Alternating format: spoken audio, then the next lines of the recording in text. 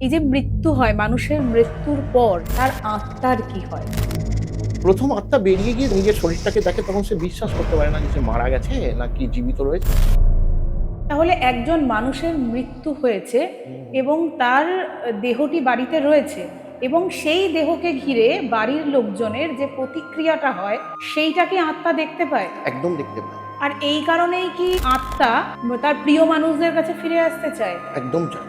100%। 11 দিন পর্যন্ত যে কাজ হয়, সেই কাজের দিন পর্যন্ত আত্মা তার পরিবারের সঙ্গেই থাকে। তাহলে আত্মা সেই মৃত ব্যক্তিকে শ্মশানে তো পুড়তেও দেখছে। একদম দেখছে। কষ্টও হচ্ছে। অঘরী সাধকরা কি আত্মার সঙ্গে যোগাযোগ করতে পারেন?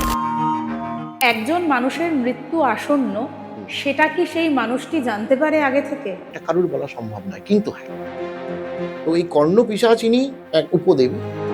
এনাকে সিদ্ধি করতে পারলে আপনি ভবিষ্যৎ জানতে পারেন। শুধু মৃত্যু নয়, সর্বপ্রকার ভবিষ্যৎ আপনার পক্ষে জানা সম্ভব।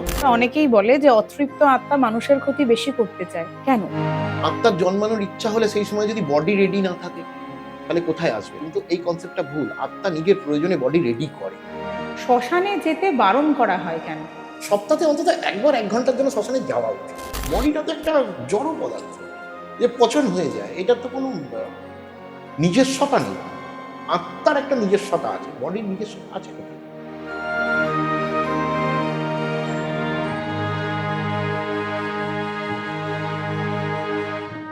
নতুন পাতা সাথে নন্দিনীর আরো একটি এপিসোডে আপনাদের স্বাগত। আমি নন্দিনী, এই পডকাস্ট চ্যানেলের হোস্ট। আপনাদের অনুরোধে আবারও একবার আমাদের সঙ্গে রয়েছেন তন্ত্রগুরু যোগী সোমনাথ। আজকের এই পডকাস্টে আমরা আলোচনা করেছি আত্মা নিয়ে।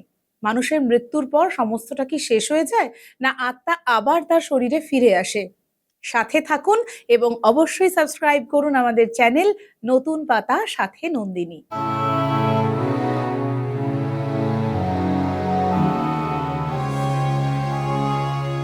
নমস্কার সোমনাথ বাবু, কেমন আছেন? ভালো আছি, খুব ভালো আছি। আপনার আগের এপিসোডটা আমাদের দর্শক বন্ধুরা খুব পছন্দ করেছে এবং তারা অনেক কিছু আমাদের কাছ থেকে জানতে চেয়েছে, স্পেশালি আপনার কাছ থেকে জানতে চেয়েছে। তার মধ্যে আত্মা এবং তারাপীঠ মহাশ্মশানও আছে। তারা সেই সব নিয়ে আপনার থেকে অনেক কিছু জানতে চেয়েছেন। তো আমরা গত এপিসোডে আলোচনা করেছিলাম পুনর্জন্ম, পরজন্ম এসব নিয়ে। হুম, এখন যেটা শুরু করি, এই যে মৃত্যু হয়, মানুষের মৃত্যুর পর তার আত্মার কি হয়? নিশ্চয়ই বলব। আত্মা হচ্ছে উম মানুষের, এটাকে আমরা স্থূল শরীর, সূক্ষ্ম শরীর এই দুটো ভাবে ভাগ করি। প্রথম কথা হচ্ছে আমাদের ফিজিকটা রয়েছে, এটাকে আমরা স্থূল শরীর বলি, আত্মাটাকে আমরা সূক্ষ্ম শরীর বলি। এই স্থূল শরীরের মধ্যে সূক্ষ্ম শরীরের বসবাস। মৃত্যুর আগের মুহূর্তে জাস্ট সূক্ষ্ম শরীরটা তৈরি হয় কিভাবে জেনে নিলে সুবিধা। এই সূক্ষ্ম শরীরটা তৈরি হয় ১৭টা উপাদান দিয়ে, যার মধ্যে মন, বুদ্ধি আছে, পঞ্চ জ্ঞানেন্দ্রিয়, পঞ্চ কর্মেন্দ্রিয় আর পঞ্চ প্রাণেন্দ্রিয়। তো এই নিয়ে আমাদের এই সূক্ষ্ম শরীরটা তৈরি হচ্ছে। টোটাল ১৭টা উপাদান দিয়ে তৈরি হয়। মৃত্যুর আগে এই এই সূক্ষ্ম শরীরটি কি করে, নিজের সমস্ত এই শরীরের উপর যত বিস্তার থাকে, তার স্থূল শরীরের উপর, বডির উপরে যতটা বিস্তার থাকে, সব বিস্তারটাকে একত্রিত করে সোলটা একটা ছোট বিন্দুতে পরিণত হয়। বিন্দু মানে একটি বীজের সাইজের আপনি ধরতে পারেন, বা কেউ কেউ বলছে এটি জ্যোতিস্বরূপ। সে তখন আমাদের বডি থেকে বেরিয়ে গেল। এটাকে আমরা মৃত্যু বলছি। প্রথম হচ্ছে আত্মাটা বেরিয়ে গেল বডি থেকে। এবার বেরিয়ে যাওয়ার পর এই আত্মার এবং আমাদের এই যে বডিটার এর মধ্যে একটা যোগসূত্র থাকে, একটা ছোট্ট কানেকশন থাকে, যেটা অনেক সময় ক্যামেরায় দেখা যায়। কিন্তু পরিবেশে থাকতে থাকতে সেটি গলিত হয়ে যায়। সেই যোগসূত্রটা গলে যায়। সেটা আস্তে আস্তে ছিন্ন হয়ে যায়। প্রথম আত্মা বেরিয়ে গিয়ে যখন অবচেতন অবস্থায় নিজের শরীরটাকে দেখে, তখন সে বিশ্বাস করতে পারে না যে সে মারা গেছে নাকি জীবিত রয়েছে। সে মারা গেছে সেটা কখনোই বিশ্বাস করতে পারে না। এবং সেই বডিটার চারপাশেই সে থাকতে চেষ্টা করে। তো তার মনের ভেতর তো তখন, তার মধ্যে তো মন, বুদ্ধি সবই তো ওই আত্মার মধ্যেই বর্তমান। তার একটা চাপ তৈরি হয় এবং অবচেতন হয়। এই অবচেতনের কোনো সময়সীমা ঠিক নেই। কারণ হচ্ছে আমরা ওইখানকার যে সময়সীমা, আমাদের সময়সীমার দুটো পার্থক্য আছে। ওদের যেটা ১,০০০ দিন হচ্ছে, সেটা আমাদের ১ দিনও হতে পারে। এরকম একটা টাইমের একটা গন্ডগোল আছে। মানে ওদের সময়সীমাটা আমাদের সময়সীমাটা এক নয়। তো অবচেতন হয়ে পড়ে। আবার ওঠে। উঠে দেখে আমাদের বডিটার অবস্থা এবং তার মধ্যে যে জাগতিক কামনা, জাগতিক বাসনাগুলো রয়েছে সেটা তারা চরিতার্থ করতে পারে না, সেই একটা কষ্ট। সবকিছু নিয়ে কষ্টে থাকে, মানে প্রচণ্ড দুর্ভোগে থাকে। এবারে আমাদের বডির পরিণতির অনুযায়ী তাদের পরিণতি হয়। কিরকম হয়? কিছু, কিছু ধর্মক্ষেত্রে দেখা যায় যে আমাদের বডিকে মাটির তলায় চাপা দেয়া হচ্ছে, কবর দেয়া হচ্ছে, গোর দেয়া হচ্ছে। এটার একরকম প্রতিফলন আছে আত্মার উপর। আর আমাদের হিন্দু ধর্মে যেমন আমরা বডিকে দাহ করে দিই, এর একরকম প্রতিফলন আছে আত্মার উপর। যে বডিটাকে যে গোর করে রাখা হচ্ছে, তাহলে বডিটা নষ্ট হচ্ছে না। তাহলে কি হচ্ছে? আত্মা বারবার করে ওই বডিটার কাছে আসছে এবং ইহলোক থেকে পরলোকে যেতে তার যেতে পারছে না। এই টানটা থেকে যাচ্ছে। কিন্তু হিন্দু ধর্ম অনুযায়ী যখন আমরা সেটাকে পুড়িয়ে দিচ্ছি, কষ্ট হচ্ছে, দেখতে পাচ্ছে যে আমার বডিটা পুড়ছে, প্রচণ্ড কষ্ট হচ্ছে, কিন্তু সেটা একবারের জন্য হচ্ছে, ওয়ান টাইম হচ্ছে। কিন্তু বডির সঙ্গে যে আত্মার কানেকশনটা 100% কেটে চলে যাচ্ছে। সেটা তাকে সাহায্য করছে এই লোক থেকে ছেড়ে অন্য লোকে অগ্রসর হতে। ঠিক আছে? এই অবচেতন অবস্থার পর, তারপরে আত্মা যখন অবচেতন হচ্ছে, অবচেতন অবস্থার পর এবার তার অন্য লোকে যাওয়ার যাত্রা শুরু হয়। কিন্তু সেটা নির্ভর করে তার মানসিক আ প্রবৃত্তি এবং তার যে আত্মীয়স্বজন কাছের লোক আছে তাদের মানসিক প্রবৃত্তির উপর। কিরকমভাবে করে? ধরুন একজন মানুষ মারা গেল, তখন তার যারা রয়েছে আত্মীয় পরিজন, তারা খুব বছরের পর বছর ধরে হায় হুতাশ করছে যে মারা গেল, তার কথা বারবার মনে করছে, কান্নাকাটি করছে। সেই ক্ষেত্রে আত্মাটি এর জন্য একটা টানের অনুভব করে এবং ইহলোক থেকে নেক্সট লোকে যাওয়ার যে তার যাত্রাটা সে স্টার্ট করতে পারে না। ঠিক আছে? আরেকটা কারণ হচ্ছে যেই সব আত্মারা, যেসব মানুষ জীবিত অবস্থাতে প্রচণ্ড মায়ার দ্বারা জর্জরিত থাকে, সেই সোলটা যখন বেরিয়ে গেল, সেই সোলটা তো সেই এক্সপেরিয়েন্সটাকে নিয়ে যাচ্ছে, ফাঁকা তো যাচ্ছে না। তো সে ওই মায়ার দ্বারা যদি অতিরিক্ত জর্জরিত থাকে, পৃথিবীর জাগতিক চাহিদা যেগুলো রয়েছে, ধর্ম, অর্থ, মোক্ষ, কাম মোক্ষ, এই জাগতিক চাহিদাগুলোর যখন তার মধ্যে বেশি করে প্রভাব বিস্তার করে, সে তখন এই লোকের যে যাত্রাটা সেটা শুরু করতে তাদের কষ্ট হয়। তখন তারা কি করে? তখন সেই আত্মাগুলোর পরিণতি হয়, তারা প্রেতলোকে গমন করে। এই প্রেতলোকটা কি? প্রেতলোকটা হচ্ছে একটি অন্ধকার লোক, যেখানে কোনো গ্রহ, উপগ্রহ কোনোভাবেই কোনো আলো পৌঁছায় না। এটি একটি অন্ধকার কল্পনা স্বরূপ লোক, যেখানে আত্মা অবচেতন অবস্থায় নিজের দিন যাপন করে। প্রেতলোকে থাকে, প্রেতলোকে আস্তে, আস্তে প্রেতলোকের সময় অতিবাহিত হয়। তারপরে যখন তার মনেও সংস্কার হয় এবং এই যে তার পরিবেশ পরিজন তাকে ভুলে যায়, তারপরে তার আস্তে, আস্তে অন্য লোকে যাওয়ার জার্নিটা স্টার্ট হয়। এটার কোনো সময়সীমা নেই। কিন্তু বারবারই বলছি যে এটা একেকটা মত কিন্তু একেক রকম। বিভিন্ন মতে এটা অনেক রকম মত আছে। তার মধ্যে এটি একটা মত। তা এবার প্রেতলোক এবং এই পৃথিবী লোক ছেড়ে যখন সে অন্য লোকে প্রবেশ করছে, সেটা একটি নদীর মতো। জলহীন একটি বায়ুস্রোতের নদীর মতো। সেইখানে সে ইচ্ছামতো গমন করতে পারে, ইচ্ছামতো যেতে পারে, ইচ্ছামতো যা খুশি করতে পারে। এই প্রেতলোক এবং এই পৃথিবীর লোককে ছাড়ার জন্য একটু মেন সময়টা লাগে এবং মেন কষ্টটা এইখানে হয়। আফটার দ্যাট আত্মা ফ্রি। আত্মার আর কোনো ব্যাপার নেই। তারপরে নেক্সট জন্মের জন্য তার তৈয়ারি, যা প্রসিডিওর আছে সেই প্রসিডিওরে যা সিস্টেম, যা নিয়ম আছে, আমাদের যারা মনীষীরা যা লিখে গেছেন, যা বলে গেছেন, সেই অনুযায়ী যেরকম নিয়ম আছে সেইরকম নেক্সট জন্মের প্রতি তারা অগ্রসর হয়। তাহলে একজন মানুষের মৃত্যু হয়েছে এবং তার দেহটি বাড়িতে রয়েছে এবং সেই দেহকে ঘিরে বাড়ির লোকজনের যে প্রতিক্রিয়াটা হয় সেইটাকে আত্মা দেখতে পায়। একদম দেখতে পায়। এবং শুধু দেখতে পায় নয়, সেটার তার মধ্যে ফিল হয়। কারণ দেখুন, এই যে বডিটাতে তো আমাদের কিছু নেই। আমি আগেই বলেছি ১৭টা উপাদানের মধ্যে যে দুটো মেইন উপাদান, সেই দুটো মেইন উপাদান হচ্ছে মন এবং বুদ্ধি। এই দুটোই কিন্তু আত্মার কাছে রয়েছে। আমার এই বডিটাতে কিছুই নেই। এই বডিটাকে কিন্তু ওই আত্মাটাই চালনা করছে। তার জন্য বেরিয়ে গেলেও তার মধ্যে সেই মনটা এবং বুদ্ধিটা কিন্তু বর্তমান। সে যখন দেখছে আমার ওয়াইফ, আমার বিবাহিত স্ত্রী বা আমার সন্তান বা আমার মা, আমার বাবা, আমার বন্ধু-বান্ধব কাঁদছে, হাউ হতাশ করছে, সে তখন তার নিজের মধ্যেও সেই টানটাকে ফিল করে এবং ওইখানেই তো পরলোকে যাওয়ার, নেক্সট লোকে যাওয়ার যে যাত্রাটা তার স্লোয়ার হয়ে যায়। সে যেতে পারে না। ওই টানটার জন্য, জাগতিক মায়ার টানে যেতে পারে না। কথা বোঝাতে পারলাম? এবং বারবার এই হয়তো কোথাও গিয়ে কোনো লেখক বলছেন যে এই টান, এই মায়ার টানের জন্যই বারবার পুনর্জন্ম হতে থাকছে। নিজের অস্তিত্বটা যেগুলো থাকছে, নিজের টানটাকে পরিপূর্ণ করার জন্যই পুনর্জন্ম হতে থাকছে। এই আত্মা আবার বডিতে আবার অন্য কোনোভাবে জন্মগ্রহণ করতে পারে। আর এই কারণেই কি আত্মা তার প্রিয় মানুষদের কাছে ফিরে আসতে চায়? একদম চাই, 100% চাই। তাই জন্য দেখবেন এখনকার দিনে, আগেকার দিনে তো আমাদের যারা সাধক রয়েছে তাদের আমরা যখন মারা যাই, আ আম আমাদের স্ট্রিক্টলি যখন কোনো সাধক মারা যায়, তার যে ভক্ত শিষ্য বা অনেকেই তো থাকে, তাদেরকে বলে দেয়া হয় যে আপনারা কিন্তু খুব কাঁদবেন না। তাকে আনন্দ করে বিদায় দিন। এবং এখনকার যে যুগে আছে, কেউ মরে গেলে আমরা দেখেছি অনেকেই কমেন্ট মিডিয়াতে পাঠায়, "RIP, rip, rest in peace." সেখানে দুঃখের থেকে বেশি তার শান্তি কামনাটাই করা হয়। এবং আমরাও বলি, তার কেউ মারা গেছে শুনলে আমরা কি বলি? যাক, তিনি যেখানেই থাকুক যেন সুস্থ থাকেন, তার আত্মা যেন শান্তি পায়। তো এইখানের মধ্যে কান্না হাই হুতাশ হচ্ছে না। কিন্তু এর জায়গায় যদি আমি কান্নাকাটি করতাম, "হায়রে! সে মারা গেল, কেন গেল?" তাহলে ওই আত্মাটা এইটার প্রতি আকর্ষণ ফিল করত। তার জার্নিটা, যে আফটার ডেথ যে তার যে জার্নিটা, সেই জার্নিটাতে বাধার সৃষ্টি হতো। অবশ্যই এই যে পরিবেশে পরিবারের লোকজন কান্নাকাটি করছে, প্রিয়জন যে কান্নাকাটি করছে, তাকে মিস করছে, এটা পুরো প্রতিফলন ডাইরেক্ট ওই সোলটার মধ্যে পড়ে। একদম। তাহলে কেউ মারা গেলে, কারণ মৃত্যুর পর আমরা একটা পার্টিকুলার সময় থাকে, 10 দিন পরই তার শ্রাদ্ধ শান্তির কাজটা করতে হয়, হুম।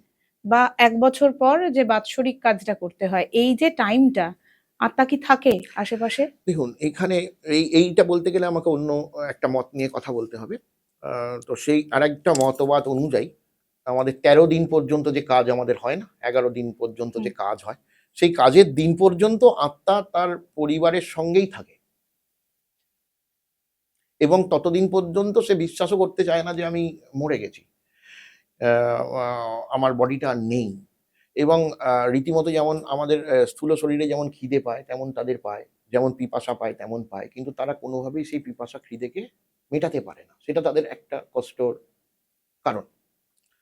এবার যখন ১৩ দিন বা ওই শ্রাদ্ধের দিন যার যেরকম নিয়ম, কারোর ১ মাসেও আছে, কারোর ১১ দিনে, ১৩ দিনেও হয়। শ্রাদ্ধে যখন ওই পিণ্ড দান করা হয়, তখন সে সেই জল গ্রহণ করে তারপর তার সেই জার্নিটা স্টার্ট হয়। এই জার্নিটা, টোটাল জার্নিটা, এই যে এই ইহলোক থেকে পরলোকের জার্নি যেটা আছে দেবদূতের মাধ্যম, দেবদূত বা আমরা যমদূতও বলে থাকি। তো এইভাবে যে আমাদের যে জার্নিটা করায়, বিভিন্ন রকম নদী, বিভিন্ন রকম পাহাড় পর্বত, দুর্গম জার্নি পায়ে হেঁটেই করতে হয়। তো এই জার্নিটা করতে নিয়ার অ্যাবাউট ১ বছর সময়টা তার লাগে। কোনো ক্ষেত্রে বলা হচ্ছে আগামী বাৎসরিক, ১ম বাৎসরিক যে শ্রাদ্ধ হয়, বাৎসরিক শ্রাদ্ধ, সেই পর্যন্ত আত্মা আমাদের এই ধরাধামেই থাকছে, আমাদের আশেপাশেই থাকছে। আফটার দ্যাট তারা জার্নি করে। কোনো মতবাদ বলছে যে এই ১৩ দিনের সাধ্যের পরেই তার জার্নিটা স্টার্ট হয়। এই জার্নিটা শেষ করতে ১ টা বছর সময় লাগে। এই জার্নিটা কিরকম হয়? এই জার্নিটা হয় বিভিন্ন দুর্গম পথ এবং বিভিন্ন নদী, যেখানে আম হয়তো কোনো জায়গায় নদীতে পুঁজ, রক্ত, কুমির, বড়, বড় জন্তু এইরকমও থাকে। তো এই জার্নিটার মধ্যে দিয়ে যার যে কর্মফল অনুযায়ী জার্নিটা তার কাছে ততটা গুরুত্ব। মানে যে পুণ্য আত্মা হয় তার হুম। কাছে খুব জার্নিটা ইজি হয়ে যায়। যে পাপ আত্মা হয় তার কাছে ইজিয়ার হয় না। হুম। তো ওইখানে কর্মফলটা প্রদান হয়। তো হুম। আত্মা থাকে। এরকম নয় যে আত্মা সঙ্গে, সঙ্গে বিলীন হয়ে গেল। ১৩ দিন পর্যন্ত থাকে, এর প্রমাণ তো প্রচুর রয়েছে। কোন মতে বলছে এই আফটার 13 ডেজ যখন আত্মা এই আ শ্রাদ্ধকর্মের পর প্রেতলোকে চলে যায়। বিশেষ করে যারা, ওই আগেও বললাম, যারা ওই মায়ার সঙ্গে বেশি জর্জরিত, যারা বেশি হুম। সংসারের প্রতি টান অনুভব করে, তারা প্রেতলোকে চলে যায়। প্রেতলোকে গিয়ে মানে অনির্দিষ্টকালের জন্য গিয়ে অবচেতন অবস্থায় যাপন করে। তো এইরকম একেকটা মতে একেক রকম বলা হচ্ছে আরকি। তাহলে আত্মা সেই মৃত ব্যক্তিকে শ্মশানে তো পুড়তেও দেখছে। একদম দেখছে। কষ্টও হচ্ছে। আমি বললাম ১ম এই যে মৃত ব্যক্তি যখন আত্মা যখন মৃত, তার দেহটাকে পুড়তে দেখছে, সে মারাত্মক কষ্টও পাচ্ছে যে আমার দেহটা শেষ হয়ে যাচ্ছে। কারণ সে তো একটা দেহ ধারণের চেষ্টা করছে। তার দেহ থেকে বেরিয়ে যাওয়ার পর সে তো দেহটা ধারণ করার জন্য সেই পর্যন্ত চেষ্টা করে যাচ্ছে, পারছে না তো। তো সেই দেহটা যখন শেষ হয়ে যাচ্ছে, তখন তার কাছে সেই আশাটুকু চলে যাচ্ছে যে আমি আর দেহ ধারণ করতে পারছি না, পারছি না। মানে একদম আমার যেটা আমার আধার ছিল সেটাকেও ডেস্ট্রয় করে দেয়া হলো। তো এটা ওয়ান টাইম একটা পেইন, প্রচন্ড পেইন। কিন্তু তথাপি আমি বলব যে পোড়ালে আত্মার পেইনটা একবারে হয়, অনেকটা বেশি হয়, কিন্তু লঙ্গার করে না। এই দুঃখটাকে ইলাবোরেট করে না। কিন্তু যারা গোর দিচ্ছে, যারা কবর করছে, খ্রিস্টান, মুসলিম বা আমাদের কোনো সাধকদেরও কোর দেয়া হয়, আমাদের পোড়ানো হয় না। সেই ক্ষেত্রে আমার বডিটা তো নষ্ট হচ্ছে না, মাটির তলায় থেকে যাচ্ছে। তো আত্মার ক্ষেত্রে ওই বডিটার মায়াটা ত্যাগ করতে দেরি হয়ে যাচ্ছে। আমার বডিটা শেষ হয়ে গেল, আমি প্রচুর দুঃখ পেলাম, মায়া কিন্তু আমার ত্যাগ হয়ে গেল, আর্লিয়ার ত্যাগ হয়ে গেল। আমি নেক্সট লোকে যাওয়ার রাস্তাটা আমি স্টার্ট করে দিলাম। কিন্তু যখন আমার বডিটা রয়েছে প্রেজেন্ট, মাটির তলায় থাক, যেখানেও রয়েছে, তো আমি ওই বডি থেকে আলাদা হতে পারছি না। বডির মায়াটা থেকে আমি কিছুতেই নিজেকে ছাড়াতে পারছি না। তাই জন্য আমার যে এই পরলোকে যে গমনের যে রাস্তা, জার্নিটা, ওটা অনেক দেরি হচ্ছে। আমি ওই বডিটার টানে বারবার ওইখানে এসে ঘুরঘুর করছি যে এই বডিতে আমি ঢুকতে যেতে পারি। এই ব্যাপারটা এরকম হয় আরকি। আত্মাকে দেখতে কেমন হয়? দেখুন, আত্মাকে দেখতে কোনো মতে বলা হয়েছে আত্মা একটি বীজের মতো। কোনো মতে বলা হয়েছে আত্মা একটি কুয়াশাচ্ছন্ন একটি ছোট্ট মানে ছোট্ট কুয়াশাচ্ছন্ন অবস্থা থাকে। কোনো ক্ষেত্রে বলা হয়েছে আত্মা জ্যোতিস্বরূপ। এবার ক্যামেরা বন্দি কিছু জিনিস হয়েছে, যেটা উদাহরণস্বরূপ আমি বলতে পারি, যেটা হচ্ছে প্রমাণ রয়েছে। যখন বডি থেকে আত্মাটি ডিটাচ হয়ে যাচ্ছে, বেরিয়ে যাচ্ছে, তখন বিভিন্ন প্রযুক্তিতে বিভিন্ন লেন্সের মাধ্যমে কিছু ছবি তোলা হয়েছে, যেখানে একটা কুয়াশাচ্ছন্ন একটি ছোট্ট দেখা গেছে, যেটাকে আমরা আত্মা বলতে পারি। অঘরী সাধকরা কি আত্মার সঙ্গে যোগাযোগ করতে পারে? তারা কথা বলতে পারে আত্মার সঙ্গে? দেখুন, এখানে পার্টিকুলার আমি অঘরী বলবো না, কৌল বলবো না, এইভাবে বলাটা আমার মনে হয় না উচিত হবে। আত্মার সঙ্গে যোগাযোগ করার জন্য একটা নির্দিষ্ট সিস্টেম রয়েছে। প্রথম কথা হচ্ছে, আমার এই স্থূল শরীরটা আত্মার সঙ্গে যোগাযোগ করতে পারে না। এটা আমাদেরকে মেনে নিতে হবে। আত্মার সঙ্গে যোগাযোগ করতে পারে কি? আত্মাই। তো আমার মধ্যে সেই আত্মাটি বর্তমান রয়েছে। কিন্তু আমরা কি করছি, এই তথাকথিত জীবন কাটাতে এই সংসার জীবনে এটাকেই তো আমরা সর্বোপরি মনে করি। তো এই জীবন কাটাতে আমরা এই স্থূল শরীরের চাহিদা এবং স্থূল শরীরের উপরে বেশি নির্ভরশীল হয়ে পড়ছি।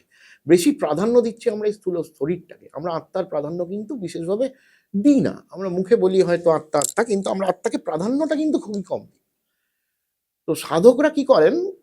তার আত্মাকে প্রাধান্য দেন। আত্মাকে প্রাধান্য, তার শরীরকে প্রাধান্য না দিয়ে, বিভিন্ন ত্যাগ স্বীকার করে আত্মাকে প্রাধান্য দিয়ে আত্মার সাইজটাকে বাড়ান। সাইজ মানে এখানে কিন্তু ফিজিক্যাল সাইজের কথা আমি বলছি না। আমি এখানে বলছি যে ক্ষমতার সাইজ। আত্মার ক্ষমতাটাকে বৃদ্ধি করে। আত্মা সর্বস্ব হয়ে যায়। তো আত্মা সর্বস্ব যখন হয়ে যাচ্ছে কোনো সাধক, তখন সে অন্য আত্মার সঙ্গে যোগাযোগ করতে পারছে। কিন্তু যে আত্মাকে, আত্মা সর্বস্ব হচ্ছে না, শরীর সর্বস্ব থাকছে, তার পক্ষে কি আত্মাকে যোগাযোগ করা সম্ভব? আমার তো মনে হয় না। তাহলে তো প্রত্যেকটি মানুষই করতে পারত। বিশেষ করে সাধকরাই করতে পারে, কারণ তাদের কাছে সেই ক্যাপাসিটি রয়েছে। তারা সাধন বলে নিজের আত্মার জোরটাকে এত বেশি বাড়িয়ে দিচ্ছে যে আত্মা সর্বস্ব হয়ে যাচ্ছে। তার তখন জাগতিক এই বডিটার উপরে কোনো মায়া মমতা থাকছে না। আপনি দেখে থাকবেন অঘরী সাধুরা মরার মাংস খাচ্ছে, মাথার ঘিলু খেয়ে নিচ্ছে। তাদের এই বডিটার উপর মায়া নেই। মানে যেখানে সেখানে পড়ে থাকছে, বস্ত্র পরছে না। কারণ হচ্ছে তাদের এই বডিটাকে নিছক একটি আবরণ বলে মনে হয়। তারা এটার মায়ায় জর্জরিত নয়।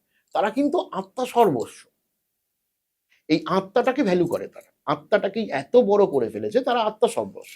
তারা অবশ্যই পারে বিভিন্ন আত্মার সঙ্গে যোগাযোগ করতে, কারণ আত্মাই তো আত্মার সঙ্গে যোগাযোগ করবে, বডি তো পারবে না। আর এর আরেকটা উপায়ও আছে, আমরা শুনে থেকেছি, যেটা হচ্ছে প্লানচেট। আমি পারি না করতে। আমি এটা বই দেখে পড়েই কথাটা বলছি। এটা আমার পড়ার মাধ্যম দিয়েই আমি জেনেছি। প্লানচেটের মাধ্যম দিয়ে আমরা আত্মাকে সঙ্গে কথা বলতে পারি এবং আত্মাকে একটা উপযুক্ত মিডিয়ামের মাধ্যম দিয়ে আমরা প্রেতলোক থেকে, অবশ্যই প্রেতলোক থেকে আমরা আত্মাকে ডেকে আনতে পারি এবং তার সাথে কথোপকথন করতে পারি। স্বামী অভেদানন্দ মহারাজ, তিনি এটির বিশেষ বই লিখেছেন এবং বিশেষভাবে এটি পরীক্ষা করেছেন। পরীক্ষা করে তার যে এক্সপেরিয়েন্সের কথা তিনি বইতে লিখেছেন। তো সেটা পড়েই আমি আপনাকে বলছি যে আমরা সঠিক মিডিয়াম যদি হয়, আমরা প্রেতলোকে থাকা কোনো সোলকে, আত্মাকে আমরা প্ল্যানচেটের মাধ্যমে, তার বিশেষ কিছু নিয়ম নিশ্চয়ই আছে, সেই নিয়মের মাধ্যম দিয়ে আমরা তাকে ডেকে আনতে পারি এবং সেই আত্মা অবশ্যই আসতে চায়। কারণ হচ্ছে প্রথম হচ্ছে সমাজ কল্যাণের জন্য আসতে চায়, আর দ্বিতীয় হচ্ছে নিজের যে ওই প্রেতলোকে পড়ে আছে মানেই তো নিজের মায়ার জর্জরিত অবস্থায় রয়েছে। তো সেই নিজের মায়া, নিজের যে অতৃপ্ততা যে ব্যাপারগুলো রয়েছে আরকি, সেগুলোকে চরিতার্থ করার জন্য আসতে চায়, বা নিজের কিছু বলার থাকলে তার কিছু সেগুলো বলার জন্য সে নিজেরাও আসতে চায়। এটা একটা গেটওয়ে হয়। এই গেটওয়েটাকে খোলার প্রসিডিওরটাকেই প্ল্যানচেট বলা হয়। এবং আপনি ধরুন একটা সিঙ্গেল আত্মাকে ডাকছেন, অভেদানন্দ মহারাজের মতে ওই তার সঙ্গে অনেক আত্মাই ওই গেটওয়ে ধরে চলে আসে, যারা বডিতে অবলম্বন করার, মানে বডির ভেতরে ঢোকার চেষ্টা করে আরকি। এটার পরীক্ষিত প্রমাণ অভেদানন্দ মহারাজ দিয়ে গেছেন। একজন মানুষের মৃত্যু আসন্ন, সেটা কি সেই মানুষটি জানতে পারে আগে থেকে, বুঝতে পারে? হ্যাঁ, পারে। কিভাবে পারে? এটার একটা প্রসিডিওর রয়েছে। এরকম নয় যে আমি অনেকদিন আগে থেকেই বুঝতে পারছি আমি মরে যাব। এটা একটা কথা আছে, আপনি জেনে থাকবেন, জন্ম, মৃত্যু, বিয়ে ৩ বিধাতা নিয়ে। হুম। তো এটার কথা কেউই সাধারণভাবে জানতে পারে না। কিন্তু মৃত্যুর আগে একটা দেহের মধ্যে একটা প্রসিডিওর হয়। সেই প্রসিডিওরটাতে মানুষ বুঝতে পারে যে আমি এবার মরে যাচ্ছি। সেটা কিরকম হয়? মৃত্যুর আগের মুহূর্তে মানুষের কিন্তু শরীরের প্রতি মায়াটা একদমই চলে যায়। তখন মানুষ, প্রত্যেকটি মানুষই আত্মা সর্বস্ব হয়ে ওঠে এবং আত্মা প্রচুর শক্তিমান হয়ে পড়ে। তখন আত্মাটা মানে মেইন কেন্দ্র হয়ে পড়ে আমার পুরো এই বডিটার। হুম? তখন সেই আত্মা কিন্তু যখন ওরকম কেন্দ্রীভূত হয়ে যায়, তখন কিন্তু মানুষ মৃত্যু সম্বন্ধে সচেতন হয়ে যায় যে এবার আমি চলে যাচ্ছি। অনেকেই বলে থাকবে, দেখবেন মৃত্যুর আগে আমি আর বেশিক্ষণ নেই। কারণ হচ্ছে তার আত্মা সর্বস্ব হয়ে গেছে, তার জ্ঞান ইন্দ্রিয় জাগরিত হয়ে গেছে। আত্মা এত বিশাল সাইজ নিয়ে নিয়েছে, এত শক্তি সঞ্চয় করে নিয়েছে যে সে এবার ফিল করছে যে এবারে বেরিয়ে যাবে এই সোলটা। মানে এই স্থূল এবং সূক্ষ্ম শরীরের যে দুটো যে আলাদা, দুটো যে এক নয়, দুটো একসঙ্গে থাকা অবস্থাটা আমরা ফিল করছি, দুটো যে আলাদা, একে অপরের সঙ্গে বিচ্ছিন্ন হতে পারে, এই জ্ঞানটা তখন তার মধ্যে আসে। এটা মৃত্যুর আগের মুহূর্ত। মৃত্যুর কিছুক্ষণ আগের মুহূর্তে মানুষ বুঝতে পারে যে এবার সে গন হয়ে যাবে। আচ্ছা, তো আপনাদের মতন তন্ত্র সাধকরা কি বলে দিতে পারে ওই মানুষটির মৃত্যু আসন্ন? দেখুন, আগে আমি বললাম একটা কথা, জন্ম, মৃত্যু, বিয়ে ৩ বিধাতা নিয়ে। এটা কারোর বলা সম্ভব নয়। কিন্তু হ্যাঁ, এখানে একটা আছে। সাধন প্রক্রিয়াতে এটা বলা সম্ভব। কিভাবে বলা সম্ভব?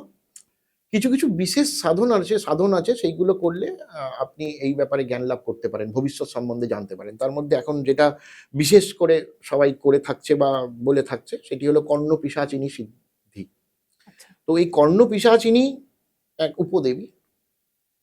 এনাকে সিদ্ধি করতে পারলে আপনি ভবিষ্যৎ জানতে পারেন। শুধু মৃত্যু নয়, সর্বপ্রকার ভবিষ্যৎ আপনার পক্ষে জানা সম্ভব এবং আ অবশ্যই আপনার মৃত্যু হচ্ছে কিনা সেটা বলে দিতে পারবে।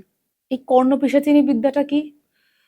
কর্ণ-পিশাচিনী বিদ্যা হচ্ছে একটি বিদ্যা, একটি পিশাচী বিদ্যা। যেই বিদ্যাটা এক উপদেবীকে বলা যাবে সাধন সিদ্ধি করতে হয়। এর একটি বিশেষ মন্ত্র আছে। এই মন্ত্রটা সবার সামনে বলছি না। তো এর একটি বিশেষ প্রসিডিওর আছে। এটি ৪১ দিনের একটি প্রসিডিওর, ৪১ দিনের একটি সাধনা আছে। যেই সাধনা করলে সেই পিশাচ সিদ্ধ হয়। সেই পিশাচ বসবাস করে সাধকের বাঁ কাঁধে। সে বাঁ কানে সর্বদা সবার ভবিষ্যৎ নিয়ে কথা বলতে থাকে। সবসময় বলতে থাকে, সবসময়। নিজের ভবিষ্যৎ এবং সাধকের যদি সেই সাধক যদি কোনো ফ্যামিলি ম্যান হয়, তার ফ্যামিলির ভবিষ্যৎ এবং সে যার সামনে বসে আছে তার ভবিষ্যৎ, সবকিছু সে বলতে থাকে। এটাই তার কাজ। তার এগেইনস্টে সাধকের থেকেও, মানে এটা গিভ অ্যান্ড টেক পলিসি চলে। তো সাধকের থেকেও তার কিছু পাওনা হয়। সে সেই সাধকের থেকে সেই পাওনাটা বুঝে নেয়। বুঝে নিয়ে সে পরিপ্রেক্ষিতে এটা করতে থাকে। তো এটি একটি সাধন পদ্ধতি, এটা কঠিন সাধনা। এটি সাধন করার জন্য আপনাকে অনেক কঠিন, ওই ৪১ দিন খুব একটা কঠিনভাবে আপনাকে জীবনযাপন করতে হয়। এটি সাধারণত আপনাকে নোংরা থাকতে হয়, আপনাকে শোধিত থাকলে হয় না। আপনি স্নান করতে পারবেন না, দাঁত মাজা, পরিষ্কার হওয়া এগুলো করা সম্ভব হয় না। নোংরা স্থানে, যেখানে আবর্জনা ভর্তি স্থানে বসে এই সাধন করতে হয়। কিছু বিশেষ উপকরণ রয়েছে, সেগুলো আমি বললাম না। সেই উপকরণ দিয়ে আপনাকে এই সাধনা করতে হয়। ৪১ দিনের সাধনা হয়। এরপর একটি বলি হয়, বিশেষ বলি। বলিটা আপনার ইচ্ছেতে হয় না। বলিটা যার সাধন করছেন কর্ণ-পিশাচিনী, তার যে চাহিদা আছে বলির, সেই অনুযায়ী আপনাকে বলি প্রদান করতে হয়। সেই বলি প্রদান করলে আপনি সিদ্ধ হতে পারেন। সিদ্ধ হলে আপনি, তার বসবাস হবে আপনার বাঁ কাঁধে। সে আপনার বাঁ কানে আপনাকে বিভিন্ন রকম কথাবার্তা, মানে ভবিষ্যৎ সম্বন্ধীয় কথাবার্তা বলবে এবং অবশ্যই তার এগেইনস্টে আপনার থেকেও সে কিছু নেবে। সেটাও কিন্তু আচ্ছা। খুব একটা সহজ জিনিস নয়। আমি বলছি না কি নেবে, কিন্তু সেটাও কিন্তু খুব একটা সহজ জিনিস নয়। এবং যারা, যারা এই ধরনের পিশাচি সাধনা করে থাকেন, তাদের জীবনটা অতিরিক্ত দুর্বিষহ হয়। তারা কিন্তু সাধারণ মানুষের সঙ্গে থাকা তাদের পক্ষে সম্ভব হয়ে ওঠে না। যারা, যারা ভাবেন যে এই মানুষটি কর্ণ-পিশাচী সিদ্ধ বা এই পিশাচ সিদ্ধ করেছে কিন্তু সাধারণ মানুষের সঙ্গে এইভাবে সুন্দর করে কথা বলছে, তারা কিন্তু আদৌ সিদ্ধ হতে পারে না। কারণ আপনার কানের কাছে যদি সবসময় কেউ একজন ভবিষ্যৎ বকে চলেছে, আপনার ভবিষ্যৎ দেখিয়ে যাচ্ছে, লোকের ভবিষ্যৎ দেখিয়ে যাচ্ছে, আপনি সেটা সহ্য করে বসে থাকতে পারবেন না। আপনার বাসস্থান তখন আপনাকে বাস করতে হবে কোনো ফাঁকা জায়গায়, মানে কোনো জঙ্গল, কোনো গুহা। এই আগেকার দিনে সাধকরা কেন গুহাতে বসবাস করতো? একাকিত্বে কেন থাকতো? তারা এগুলো সাধন করতেন। কিন্তু আমি সমাজের মধ্যে থেকে আমি এই সিদ্ধ করে এইটা সাধন করব, সিদ্ধ হব, এটা জাস্ট নিছকই ভুল আর কি, মানে হয় না। তো এই সাধন করতে গেলে আপনাকে একাকিত্বে সারা জীবন থাকতে হবে। যতদিন পর্যন্ত আপনি এই সাধনকে নিয়ে চলবেন, ততদিন পর্যন্ত আপনাকে একা থাকতে হবে। কারণ না হলে আপনি বাঁচতে পারবেন না। আপনার পক্ষে আপনাকে পাগল করে দেওয়া হবে। আপনি উন্মাদ অবস্থায় চলে যাবেন। এবং আপনার অবশ্যই করে আপনি তো এই সমাজে থাকার মতো রেগুলার সাবান, শ্যাম্পু মেখে পরিষ্কার হয়ে স্নান করে থাকার মতো তো অবস্থায় থাকবেন না নিশ্চয়ই। ঠিক আছে? তো নোংরা থাকতে হয়। কিছু বিশেষ প্রসিডিওর আছে, এইভাবে থাকতে হয়। তো এই সাধন না করাই বুদ্ধিমানের কাজ আরকি। এগুলো করে এইটা করে জানতে পারবে আরকি মানুষ যে কিভাবে কখন কে মারা যাবে না যাবে। এই সাধনার মাধ্যম দিয়ে সে জানতে পারে। এটা অঘরীরা করতে পারে, কারণ করেনও। ওনারা ওইভাবেই থাকেন, আপনারা খেয়াল করে দেখেছেন। বানারসে বিভিন্ন অঘরীর দেখা মেলে যারা এইরকম ভাবেই থাকে কিন্তু। হুম। তারা ওগুলোতে সিদ্ধ হয়। কিন্তু আমি এই জামা প্যান্ট পরে এসেছি আপনার এখানে, আমি কিন্তু এই সাধনায় সিদ্ধ বললে কিন্তু এটা মেনে নেওয়া যুক্তিযুক্ত নয়। এটা নয়, এটা হয় না এইভাবে। কিন্তু যাদের ধরুন যারা সুইসাইড করে হুম, বা অ্যাক্সিডেন্টাল ডেথ, হুম, এদের তো মৃত্যুটা হঠাৎ। হুম। এরা তো জানতে পারছে না আগে থেকে যে আমার না, মৃত্যু হবে। জানতে পারছে না। সেক্ষেত্রে আত্মার কি হয়? আত্মার প্রসিডিউরটা সেমই। আত্মা বেরিয়ে গেল, বডিটা স্ম্যাশ হয়ে গেল, বডিটা আর আত্মার থাকার মতো পরিবেশ ঠিক রইল না। আত্মা বেরিয়ে গেল। আত্মা বেরিয়ে গিয়ে কিন্তু সেও বিশ্বাস করতে পারছে না আমি মরে গেছি। অবচেতন অবস্থা। এবার আনসার্টেন ডেথ এ অবশ্যই মায়া, আপনার অতৃপ্ততাটা বেশি থাকে। সেহেতু ম্যাক্সিমাম ক্ষেত্রে আ আ এইরকম অ্যাক্সিডেন্টাল ডেথ গুলোর ক্ষেত্রে আত্মার স্থান প্রেতলোকই হয়। কারণ আপনি 90 ইয়ার্স এ যখন আপনি মরছেন, আপনি জাগতিক অনেক ইচ্ছাই পরিপূরণ করেছেন। আপনার তখন জাগতিক ইচ্ছার প্রতি, মায়ার প্রতি আকর্ষণ অনেকটাই কমে গেছে। কিন্তু একটা ২০-২৫ বছরের ছেলে বাইক চালাতে গিয়ে রাস্তায় অ্যাক্সিডেন্ট হয়ে মারা গেলে সে তো জগতের মায়া মমতা, মায়ার থেকে দূরে নেই। সে তো হবে না, সম্ভব নয়। তখন তার ওই সোলটার তখন পরিণতি প্রেতলোকই হয়। মেক্সিমাম ক্ষেত্রে দেখা যায়। প্রেতলোকেই তার গমন হয় এবং প্রেতলোকে সেই অবচেতন রূপেই পড়ে থাকে এবং সে কিন্তু চেষ্টা করে যে কিভাবে আমি আমার কোনো একটা বডিতে, মানে ওই বডিটা যতক্ষণ না নষ্ট হচ্ছে ততক্ষণ ওই বডিতে ঢুকে আবার আমি পুনরায় জীবন ধারণ করব। বা আবার একটা নতুন বডির সৃষ্টি হলে আমি সেই বডিতে, নতুন বডিতে গিয়ে আমি আবার নতুন করে পৃথিবীর ধরাধামে নিজের যে কর্ম, মানে যার যে ইচ্ছা পূরণ করব আরকি। এটা সেম।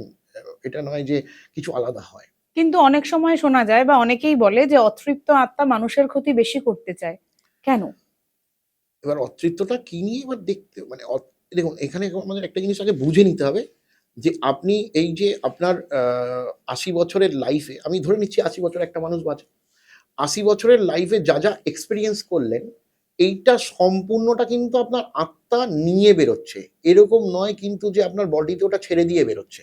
আত্মা কিন্তু সম্পূর্ণ যে এই যে আ এক্সপেরিয়েন্স যেটা গ্যাদার করলো, সেটা ভালো হোক খারাপ, খারাপ লোকরা খারাপ এক্সপেরিয়েন্স করছে, ভালো লোকরা ভালো এক্সপেরিয়েন্স করছে। এই টোটাল এক্সপেরিয়েন্সটা কিন্তু এই সোলের কাছে বর্তমান থাকছে।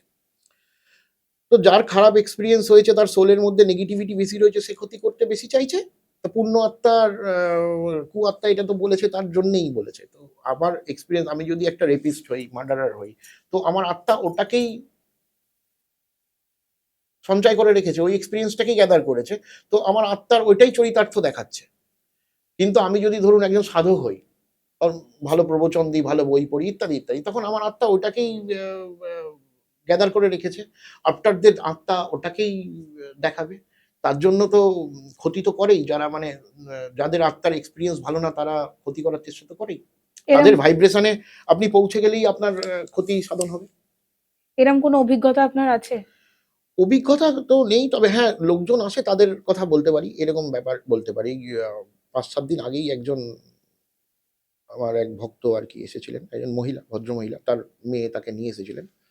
যে এরকম তাকে আরকি ওই আত্মা, ভূতে ধরার মতো একটা ব্যাপার হয়েছিল। তারপরে প্রসিডিওর অনুযায়ী আমি তাকে জিজ্ঞাসা করি বিভিন্ন কর্মের পর যে, "ভাই তুমি কে? তোমার কে?" তখন সে উত্তর দেয়, "আমার নাম সঞ্জয়।"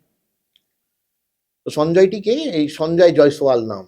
সঞ্জয় জয়সওয়ালটি কি? সঞ্জয় জয়সওয়াল হচ্ছে একটি কলকাতা নিবাসী ছেলে। যে আ সে এবং তার বন্ধু মিলে একদিন মদ্যপ অবস্থায় বাইক চালিয়ে যাচ্ছিলেন। তো কোনো একটা গাড়ি সামনে এসে যেতে সেই বন্ধুটি বাইক থেকে লাফ দেয় এবং সেই অবস্থায় সঞ্জয় পড়ে গিয়ে ওই অ্যাক্সিডেন্ট হয়ে মারা যায়। তো সেই আত্মাটি আরকি এই বডিটাতে এসেছিলেন। তো এইটাই এক্সপেরিয়েন্স। তারপরে আমার প্রসিডিওর অনুযায়ী তাকে, যেমন তার ইচ্ছা অবশ্যই আত্মা কিভাবে যাবে সেটা আমার প্রসিজিওরের উপর নির্ভর করে না অতটা। সে তার চাহিদা মিটিয়েই তাকে পাঠাতে হবে, বা অন্য কোনো পবিত্র সোলের মাধ্যম দিয়েই পাঠাতে হবে। এই দুটোই প্রসেস, অন্য কোনো প্রসেস নেই। তো আমার ক্ষেত্রে আমি যেটা করলাম সেটা হচ্ছে ওকে তখন জিজ্ঞাসা করলাম আমি যে, "তুমি কি চাও? কিভাবে মুক্তি দেবে তুমি? কি তোমার শর্ত?" সে তখন শর্ত দেয়। সেই শর্ত অনুযায়ী কাজকর্ম করে তো আ বিগত অমাবস্যার দিন কর্ম শেষ করেছি এই ২ দিন আগে। এখন তিনি সুস্থ আছেন এবং সেই সঞ্জয় মুক্তি দিয়েছেন, এবং মুক্তি দেওয়ার সময় আমি তাকে কিছু প্রমাণস্বরূপ কিছু চেয়েছিলাম। সে সেইরকম প্রমাণ দিয়ে সে চলে গেছে। এরপর যে এই যে মুক্তি দিল আত্মাটি, তারপর গিয়ে তার কি হয়? সে যে চলে গেল, সে তো আরো কোনো শরীরের মধ্যে নিজেকে প্রতিষ্ঠা করার চেষ্টা হ্যাঁ, করবে। সে প্রেতলোকে চলে যাচ্ছে। বুঝলেন তো? এই আত্মাটাই চলে যাচ্ছে। এর তো প্রচুর মায়া সঙ্গে জর্জরিত, যার কারণেই ওই মহিলাটিকে এসেছে। তো ওই মায়াটা তো চলে গেল না। সে কি করল? সে প্রেতলোকে চলে গেল। প্রেতলোকে অবচেতন অবস্থায় পড়ে থাকবে। একটা লম্বা ঘুম। সোলের কাছে আপনি একটা জিনিস এটা খুব ক্লিয়ারলি বুঝতে আ চেষ্টা করুন যে একটা সোলের সবকিছুরই তো একটা বাসস্থান আছে। আমার আত্মা কিন্তু আমার এই স্থূল শরীরটা ছাড়া কোথাও তার বাসস্থান নেই। যখন এই স্থূল শরীরটা নেই, তখন আত্মা কিন্তু আপনার ঘুমের মতো কল্পনায় চলে গেল। কথা বোঝাতে পারছি? এটা তো বীজের মতো একটা বেরিয়ে গেল। এর তো একটা পাত্র লাগে। সবকিছুরই একটা পাত্র। এই চা দিয়েছেন আপনি আমাকে, এর একটা কাপ লেগেছে। তেমনি সোলেরও একটা পাত্র তো লাগে। সোলের পাত্র হচ্ছে আমার এই স্থূল শরীরটা। যখন এই স্থূল শরীরটা বিনষ্ট হয়ে গেল, আগামী একটা স্থূল শরীর যতক্ষণ না উনি পাচ্ছেন, ততক্ষণ পর্যন্ত কল্পনার মতো প্রেতলোকে অবচেতন অবস্থায়। যে মায়া মমতার সবকিছু ত্যাগ করে এই প্রেতলোক এবং পৃথিবীর লোক ত্যাগ করে নেক্সট লোকের দিকে এগিয়ে গেল, সে মুক্তি। কিন্তু এই প্রেতলোকে পড়ে রইল সে আরেকটা বডির খোঁজে। আর এর মধ্যেই বলে দিই আরেকটা কথা, এটা প্রশ্ন উঠতে পারে যে, অনেকেই করে থাকে এই প্রশ্নটা যে, আত্মার জন্মানোর ইচ্ছা হলে সেই সময় যদি বডি রেডি না থাকে, তাহলে কোথায় আসবে? মানে কোনো মা যদি গর্ভবতী না থাকে তাহলে কোথায় আসবে? কিন্তু এই কনসেপ্টটা ভুল। আত্মা নিজের প্রয়োজনে বডি রেডি করে। আচ্ছা। একটা মানুষ তখনই গর্ভবতী হয় যখন একটা সোল ওই গর্ভে আসতে রেডি হয়। তার মানে আত্মা নিজেই ঠিক করছে সে এক্সাক্টলি। পরের জন্মেটা কোথায় জন্মাবে। পরের জন্মটা এবং শুধু তাই নয়, মা-বাবা ঠিক করছে। সেটাও কিন্তু ডিপেন্ড করে ওই আত্মার উপরই। আত্মা কিন্তু ঠিক করে দেয় যে এই দুটো এনার্জির মাধ্যমে আমি ওই পৃথিবীতে আসবো। এই যে আমরা মনে করি আমার মা আমাকে জন্ম দিয়েছে, অবশ্যই দিয়েছেন। ১০ মাস ১০ দিন পেটে ধরেছেন। তার ওজন বহন করেছেন। আমার জন্মানোর পর আমাকে মানুষ করেছেন, বড় করেছেন, আমাকে রেডি করেছেন মার্কেটে, মানে পরিবেশে মেশার মতো করে। কিন্তু আমার মা আমাকে চুজ করেনি কিন্তু। চুজ করেছি আমি মাকে। শাস্ত্র এটাই বলছে। স্বাস্থ্য অনুযায়ী ওই ১ বছরের জার্নিটা যখন আপনি কমপ্লিট করলেন, করে আপনি আপনার লোকে পৌঁছে গেলেন। আপনার সব পাপ পুণ্যর হিসাব-কিতাব মিটে গেল, আপনি আপনার লোকে গেলেন। এবার লোক বিভিন্ন হয়। দেবী লোকটা সবথেকে উপরে হয়। বিষ্ণু লোক, শিব লোক, বিভিন্ন লোক হয় তো। আপনি যেই লোকের লোক, সেই লোকে পৌঁছে গেলেন। ওইখানে গিয়ে আপনাকে কিন্তু সিদ্ধান্ত নিতে হবে যে আপনি কোন দুটো সোলের মাধ্যমে আপনি ধরাধামে আবার আসবেন। আপনি আপনার মা-বাবাকে ঠিক করেন।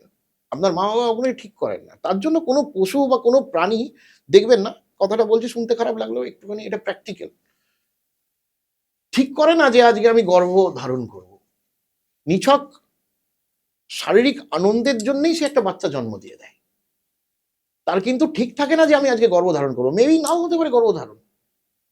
এইটা ডিপেন্ড করে কিন্তু সোলটার উপরে। সোল কিন্তু রেডি করে যে আমার এ ফাদার মাদার কে হবে। বুঝতে পারলেন? তার জন্য এখানে একটা বড় সাবজেক্ট এটা অনেক বড় সাবজেক্ট। তো ওইভাবেই জন্ম হয়। আমার আ আমার ক্ষমতা নেই যে আমি একটা হঠাৎ করে আত্মাকে ধরে এনে আমি কারোর পেটের মধ্যে ঢুকিয়ে দিলাম। এটা হয় না। ওর ইচ্ছা না থাকলে সম্ভব না। এবং এই যে প্রেতলোকে পড়ে থাকা আত্মাগুলো সর্বদাই ইচ্ছা করছে যে আমি কিভাবে যাবো। ওই জার্নিটা শেষ করতে হয়। ওই জার্নিটা শেষ করতে যতটা টাইম। এই জার্নিটা শেষ হতে টাইম বেশি লাগে কাদের? যাদের মায়ার সঙ্গে জর্জরিত বেশি, যাদের ওই পরিবার পরিজন হায়, হায় করছে, বুক থাবড়াচ্ছে, তাদের দেরি লাগছে। যারা বলছে তার আত্মার শান্তি কামনা করছে যে যাক যেখানে আছো ভালো থাকো, তার তাড়াতাড়ি হয়ে যাচ্ছে। সে মায়া ত্যাগ করে তাড়াতাড়ি চলে যাচ্ছে। এবং আরেকটা কারণও যে যে যাদের বডি পোড়ানো হচ্ছে তারা ইজিয়ার হয়ে যাচ্ছে। তাদের ওই বডিটার থেকে ডিট্যাচমেন্টটা খুব তাড়াতাড়ি হয়ে যায়। যার বডিটা গোর করা হচ্ছে তার ডিট্যাচমেন্ট দেরিতে হচ্ছে। কারণ বডিটা তো বর্তমান। ওটা তো ডিস্ট্রয় হতে বেশ কিছুদিন সময় লাগছে। তো ওই অ্যাটাচমেন্টটা আত্মার কাটাতে টাইম লাগছে। এই বিভিন্ন কারণে আত্মার এই জার্নিটা লেট হয়। জার্নিটা কমপ্লিট হয়ে গেলে আবার জন্মে যাবে, পুনর্জন্ম হয়ে যাবে। কিন্তু যারা এই ব্যাপারগুলো মানে এই যে আপনারা যারা এই যে ভূত ছাড়ানোর ব্যাপারটা করলেন, আহ ধরুন আপনাকেই আমি বলছি, আপনি এইমাত্র বললেন যে আপনার কাছে একজন এসেছিল, তার শরীরে একটি আত্মা বাসা বেঁধেছিল, তাকে আপনি নিজের জায়গায় পৌঁছে দিয়েছেন, এতে আপনার কোনো ক্ষতি হচ্ছে কি? দেখুন, ক্ষতি হওয়ার চান্সেস প্রচুর বেশি, হয় না আমি বলবো না, কিন্তু আমরা সাধক লোক, আমাদের গুরুর শিক্ষা রয়েছে আমাদের কাছে, আমরা বিভিন্নভাবে দেহ বন্ধন, প্রত্যেকদিন আমার ঘুম থেকে উঠে প্রথম কাজ আমার দেহ বন্ধন করা, প্রাতকৃত্য করা, প্রাতকৃত্য করে আমার দেহ বন্ধন করা। আমি দেহ বন্ধন না করে আমি বিছানা থেকে নামি না। তো এই দেহ বন্ধনী, আসন বন্ধনী, গাত্র বন্ধনী এগুলো থাকে যাতে এই ক্ষতিগুলো থেকে আমরা বিরত থাকতে পারি, এই ক্ষতিগুলো আমাদের কোনো ক্ষতিগ্রস্ত না করে। হ্যাঁ, ওই যদি মন্ত্র উচ্চারণ বা ওই সঠিকভাবে ওই প্রসিডিওরটা যারা পালন করলো না, তারা যদি এইটা করতে যায় তাদের তো ক্ষতি হবেই। এবার কখনো কখনো যদি আমারও ভুল হয়ে যায়, ভুল তো হয়, সবারই হয়ে যায়, আমার হবে না আমি এটা বলছি না। কখনো কখনো ধরুন আমার কোনো মন্ত্র উচ্চারণে একটু গন্ডগোল হয়ে গেল, এগুলো তো ব্রহ্মের মতো, শব্দ ব্রহ্মের মতো, একটু ভুল হলেই ওটার এফেক্ট কম, এফেক্ট নষ্ট। তো তখন ওই বন্ধনীর যে ফাঁকটা পাওয়া গেল, ওইখান থেকে ক্ষতি তো আমার হবেই, নিশ্চয়ই হবে। আচ্ছা। কিন্তু সাধারণত সাধকদের হয় না, তার কারণ তারা তো গাত্র বন্ধন করে রাখে, তাদের ক্ষতিটা হবে কোত্থেকে? এই সমস্ত কাজে ক্ষতি হয় না। আচ্ছা। হুম, সেরকম ক্ষতি হওয়ার জায়গা নেই। মানে ক্ষতি হবে কি করে? আমি তো নিজের প্রোটেকশনটা নিয়েই তবে কাজটা করতে গেছি। না, আমি তো উইদাউট প্রোটেকশন চলে যাইনি। আমার তো একটা নিত্য কর্ম রয়েছে। আমি নিত্য কর্মটা তো আমি করছি। হ্যাঁ, এবার যে সাধক নিত্য কর্মতে ত্রুটি বিচ্যুতি করে বা করে না, নিত্য কর্ম করে না, তাদের তো ক্ষতি হবেই। তাদের তো অবশ্যই ক্ষতি হবেই। মানে ক্ষতি হওয়া ভালো তো তাদের। তারা শিক্ষা পেয়ে যাচ্ছে যে ভাই এটা করলে ক্ষতি হয়, আমাকে নেক্সট দিনকে আমার নিত্য কর্মটা আমাকে ঠিক করে করতে হবে। সব সাধকেরই, যেমন আপনি একটা জব করছেন, আম আমার সকাল ৮ টায় ঘুম থেকে উঠে ৯ টার মধ্যে অফিস বেরোতে হবে, ১০ টায় আমি অফিস গেলাম, ৬টা পর্যন্ত আমাকে অফিসে কাজ করতে হবে। এটা আমার জব। তেমনি এটাও তো আমার কাজ। আমাকে ঘুম থেকে উঠে আমাকে ত্রিসন্ধ্যা করতে হবে, প্রাতঃকৃত করতে হবে, ত্রিসন্ধ্যা করতে হবে। এটা আমার জব। এটা আমাকে করতে হবে। তো কিছু, কিছু ক্ষেত্রে সাধকরা এগুলো করে না। ভাবে যে এমনি, এমনি হয়ে গেল। ভগবান খুব সহজ জিনিস। সবই মানে ইজি। তো তাদের ক্ষেত্রে ক্ষতি হয়। অবশ্যই হয়। নিশ্চয়ই হয়। এবং এরকম সাধক আমি দেখেছি ৩ মাস হেঁচকি তুলেছে।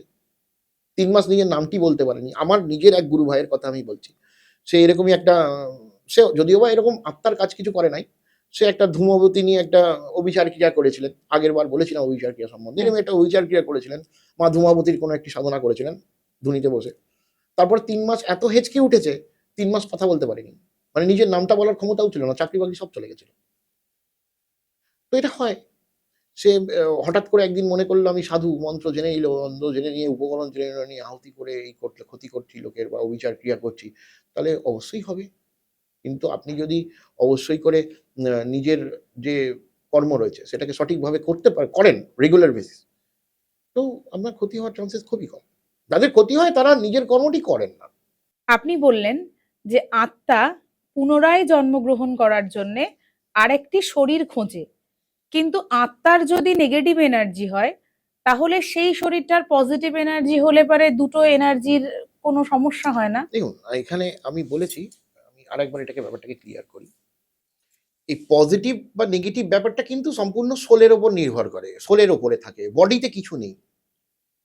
বডিটা ওই মনোভাবটাকে চরিতার্থ করার একটা উপাদান মাত্র। যখন একটি এনার্জি আপনার বডিতে এলো, তার বডিটাই আপনার এনার্জিটা এলো, এসে কিন্তু আপনার প্রাণবায়ু রূপে আসে, কেউ বলে যেভাবে হোক এলো বডিটা। এসে কিন্তু ওই যে বললাম না ৫টি কর্মেন্দ্রিয়, ৫টি জ্ঞানেন্দ্রিয়, ৫টি প্রাণেন্দ্রিয় এবং মন এবং বুদ্ধি। এই ১৭টা জিনিস নিয়ে তো এই আত্মাটা তৈরি হয়েছে। তো আত্মাটা বিন্দু হিসাবে আপনার মধ্যে প্রবেশ করে সে কিন্তু নিজের ম উন্নতি, আপনার মাথার জায়গায় বুদ্ধি, আপনার মনের জায়গায় মন, আপনার কর্মেন্দ্রিয়র জায়গায় আপনার কর্মেন্দ্রিয়, আপনার জ্ঞানেন্দ্রিয়র জায়গায় জ্ঞানেন্দ্রিয়, এই সব কটাকে কিন্তু প্রসার করে ব্যাপারটাকে রেডি করে ফেলল। এবার আপনার সমস্ত কর্ম হচ্ছে আত্মার মাধ্যমে, আত্মার ইচ্ছা অনুযায়ী। আপনার আপনার ইচ্ছা তো থাকতেই পারে না। আপনি তো জড়। বডিটা তো স্থূল শরীরটা তো এটা তো জড়। এর তো কোনো পার্সোনাল ইচ্ছা নেই। ইচ্ছাটা তো আত্মার।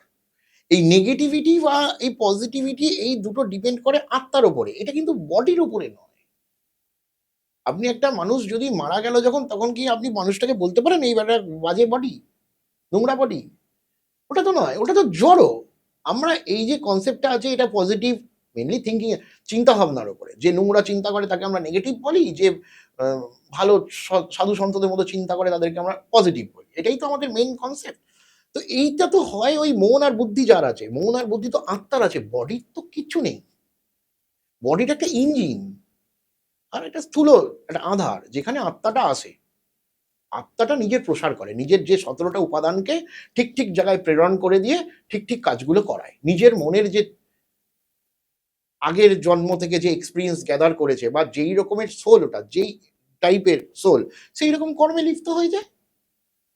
ব্যাপারটা এরকম, ব্যাপারটা বডির ওপরে নির্ভরশীল নয়। বডিটা তো একটা জড় পদার্থ, যে পচন হয়ে যায়, এটার তো কোনো নিজস্বতা নেই।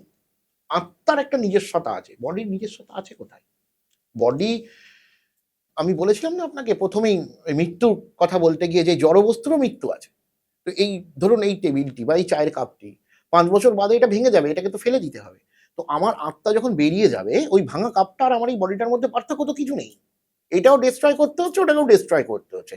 হ্যাঁ, ওটা পচবে না, এটা যেহেতু রক্ত মাংস দিয়ে তৈরি, এটা পচবে, স্মেলই হবে, তার জন্য এটাকে পুড়িয়ে দেওয়া হচ্ছে বা মাটির তলায় পুঁতে দেওয়া হচ্ছে, পঞ্চভূতে বিলিয়ে দেওয়া হচ্ছে। এর উপাদান হচ্ছে পঞ্চভূত, আর এর উপাদান হচ্ছে চীনামাটি। ব্যাপারটা এটা, আর কিছু নয়। এই যে নেগেটিভ পজিটিভ এই যে চিন্তাগুলো, এগুলো কিন্তু সম্পূর্ণটা সোলের উপর ডিপেন্ড করে, এটা কোনো বডির উপরে কিছু নেই। আপনার কিন্তু দেখুন, আজকে এটা আরেকটু সুবিধা হবে বললে, আপনার কিন্তু খেতে ইচ্ছা করলে আপনার বডি খাবার খায়। বডি কি নিজে নিজে খেয়ে নিতে পারে? আপনার মন যদি বলে যে আমার খেতে ইচ্ছা করছে না, তাহলে আপনার বডি কি খেতে পারবে? না, হ্যাঁ, পারবে না। তো ওই মনটা কার আছে? সোলের আছে। সোলের আছে। ওটা তো আমার বডির নেই।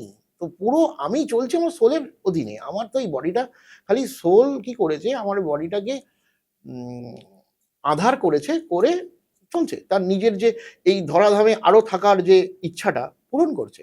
অ্যাকচুয়ালি ধরাধাম ছাড়া অন্য লোকে তো এই এক্সপেরিয়েন্স পাওয়া যায় না।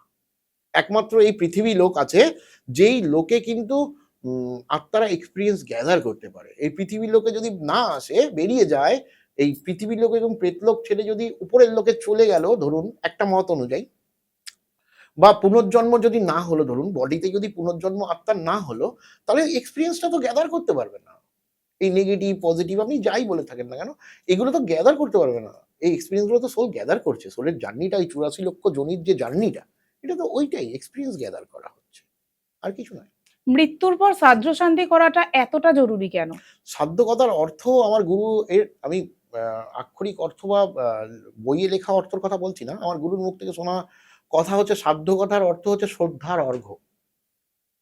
ঠিক আছে? তো এই মৃত ব্যক্তির আত্মার শান্তি কামনার জন্য আমরা শ্রদ্ধা জ্ঞাপন করি। তাকে বস্ত্র, সবকিছু উপাদান, বেঁচে থাকতে গেলে যে উপাদান দেয়া হয়, সেই উপাদান প্রদান করি। এবং শেষ খাওয়ার, যেটাকে আমরা বলে থাকি ওই পিণ্ড যেটাকে বলা হয়, তিল চাল কলা দিয়ে মেখে যে পিণ্ড দান করি, তার আমরা মনে করি সে খায় এবং পিণ্ডটা তাদের পেটে যায়, ওটাই খেতে পারে। কারণ আত্মার তো খুব খিদে পায় এই 10 দিন 12 দিনে। এমনি বিস্কুট চা মাংস ভাত তো খেতে পারে না, ওই পিণ্ডটাই গ্রহণ করতে পারে, তৃপ্তি হয় তখন তার একটু। এই হচ্ছে ব্যাপার। আর আমরা যে পিণ্ড দিতে যাই, অনেক সময় গয়াতে, বলা গয়ায় পিণ্ড দিতে যাওয়া, হ্যাঁ, গয়া পিণ্ড দিতে যেতে হয়। তো কারণ এই পিণ্ডটা তো আপনি শ্রাদ্ধ শান্তির দিনও করছেন। সাধ্য সাধ্যের দিনও করছি, এবং আপনার বাৎসরিকেও করা হয়। গয়াতে ফল্গু নদী আছে, ওখানে একটা ইতিহাস আছে অ্যাকচুয়ালি। ওইখানে কেন গিয়ে, ওখানে ওই জায়গাতে শিলা বা যে পাহাড় রয়েছে, সে আশীর্বাদ ধন্য যে ওখানে গিয়ে পিণ্ড দিলে আত্মার মুক্তি হবে। আমি প্রপার গল্পটা আমি নিজেও জানি না, আমি আপনাকে বলতে পারছি না। কিন্তু এরকম একটা ব্যাপার রয়েছে যে ওইখানে পিণ্ড দিলে সেই আত্মা চিরতরে মুক্তি পায়, আশীর্বাদ পেয়েছে ওই জায়গাটা, যার জন্য যাওয়া হয় আর কি। আচ্ছা, সেটা শ্রাদ্ধ শান্তির দিন হচ্ছে না? না না, সাধ্য শান্তির ব্যাপার নেই ওখানে কোনো। ওখানে আপনি মৃত্যুর পরে, বাৎসরিকের পরে যে কোনো সময় গিয়ে পিণ্ডদান করতে পারেন।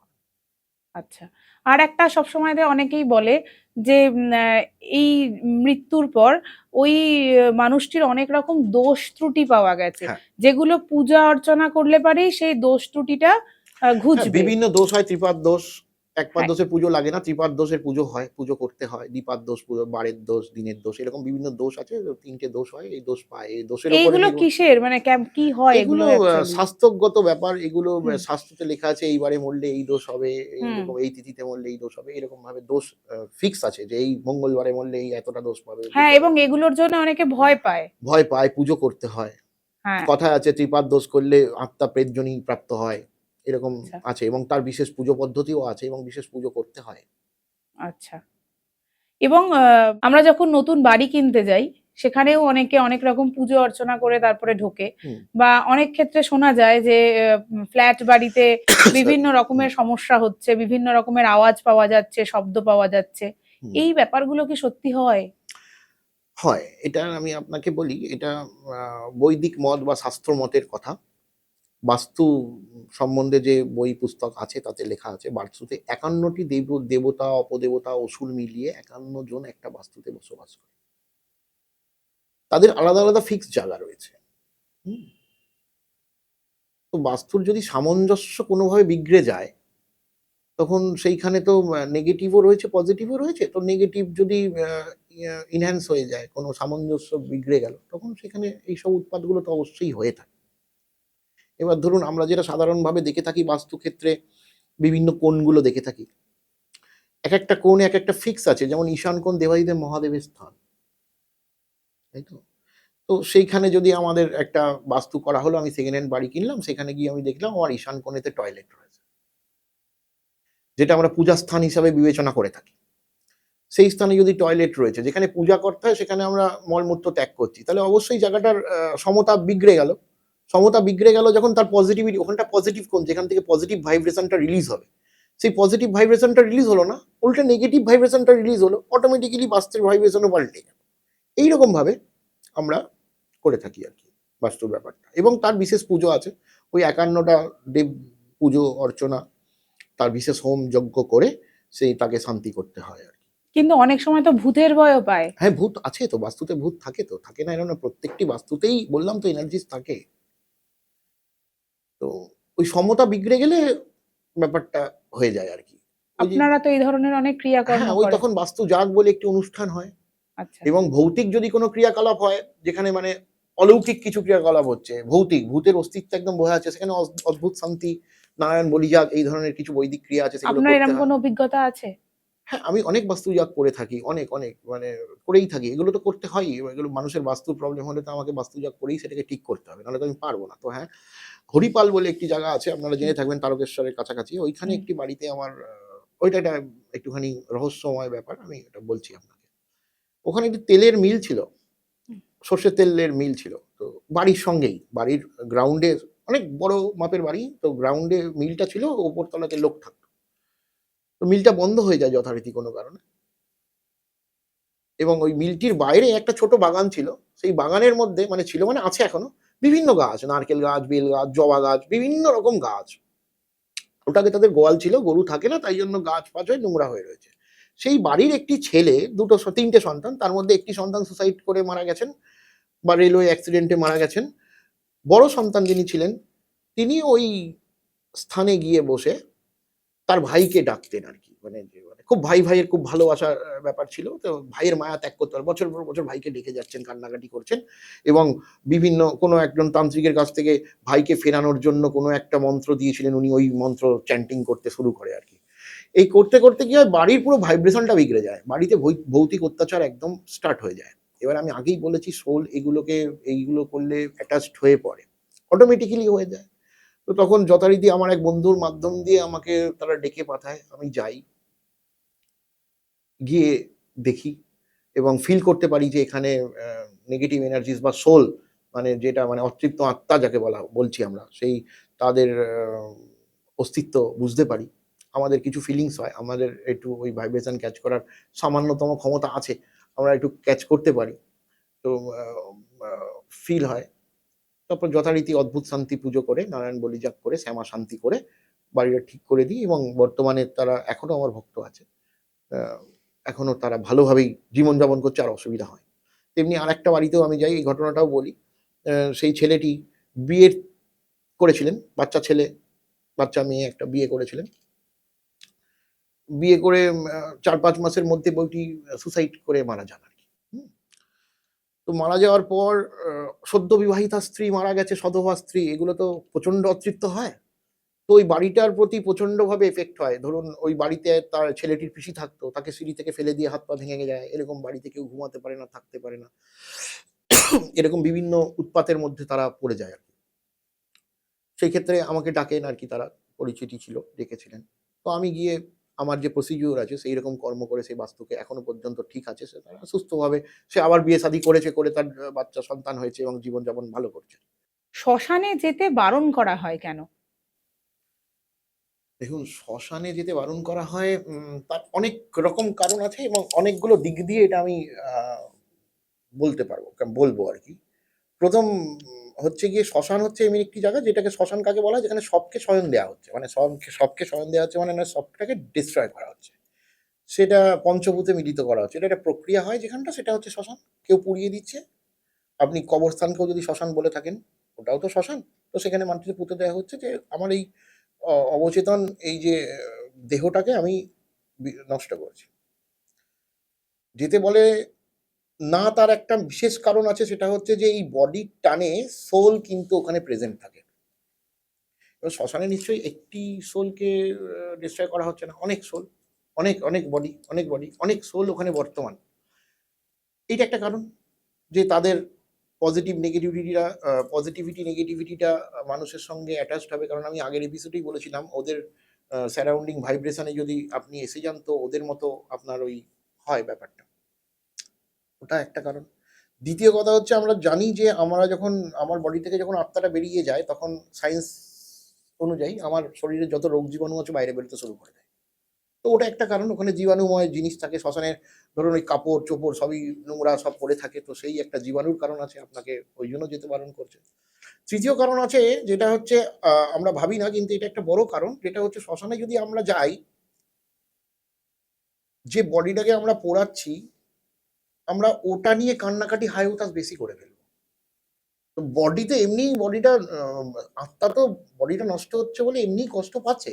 তার সঙ্গে যদি আবার কান্নাকাটিটা জুড়ে যায় না, তার জার্নিটা খুব মানে খুব কষ্টদায়ক হয়ে যায়। এটাও একটা কারণ। বিশেষ করে জার্ন একটা বড় ব্যাপার। আর তার সঙ্গে হচ্ছে এই এনার্জিস এর সঙ্গে অ্যাটাচমেন্ট, এটা একটা বড় ব্যাপার। এই দুটোর জন্য শ্মশানে না যাওয়াটা যেতে বারণ করে।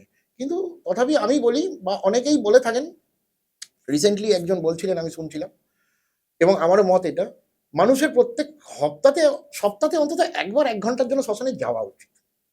তাতে কি হয়? তাতে তার আত্মার চেতনা বৃদ্ধি হয়। কিরমভাবে বৃদ্ধি হয়? এই যে আমি বলছিলাম কিছুক্ষণ আগে যে আমরা আ শরীর সর্বস্ব, আমরা কিন্তু আত্মা সর্বস্ব নই। আমরা যখন শরীর সর্বস্ব তখন আমাদের কি হয়? এই জাগতিক মায়াগুলো প্রতি ভালো খাওয়া, ভালো পড়া, ভালো শোয়া এগুলোর সঙ্গে অনেক বেশি অ্যাটাচড হয়ে যাই। অনেক বেশি এগুলোর প্রতি চাহিদা বেড়ে যায়। কিন্তু আপনি যখন শ্মশানে যাবেন এবং শ্মশানে বসে থেকে দেখবেন যে আপনার এই স্থূল শরীরটি ডিস্ট্রয় হয়ে যাচ্ছে, তখন আপনার এই স্থূল শরীরের প্রতি মায়াটা কিছুটা হলেও কমে আপনি আত্মার সর্বস্ব হওয়ার চেষ্টা করবেন।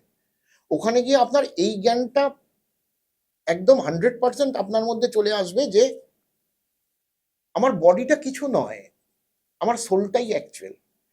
তখন আপনি সোলের খাদ্য দেবেন। সোলের খাদ্য মানে তো শুভ জ্ঞান বুদ্ধি, আর কিছুই তো নয়। সোলের এক্সপেরিয়েন্সটাকে শুভ করা। তখন আপনার আত্মা সর্বস্ব হওয়ার চেষ্টা করবেন এবং আপনার যে আফটার ইউর আপনার যে এই বডিটার পরে যে সোলের জার্নিটা, ওটা অনেক বেশি ইজিয়ার হবে। সোল মুক্তি লাভ করবে অনেক তাড়াতাড়ি। আপনার আত্মা মুক্তি লাভ করবে। এই ধরাধামে বারবার জন্মান্তরের এই চেনের মধ্যে তাকে পড়ে থাকতে হবে না। সে মুক্তি লাভ করে দেবে।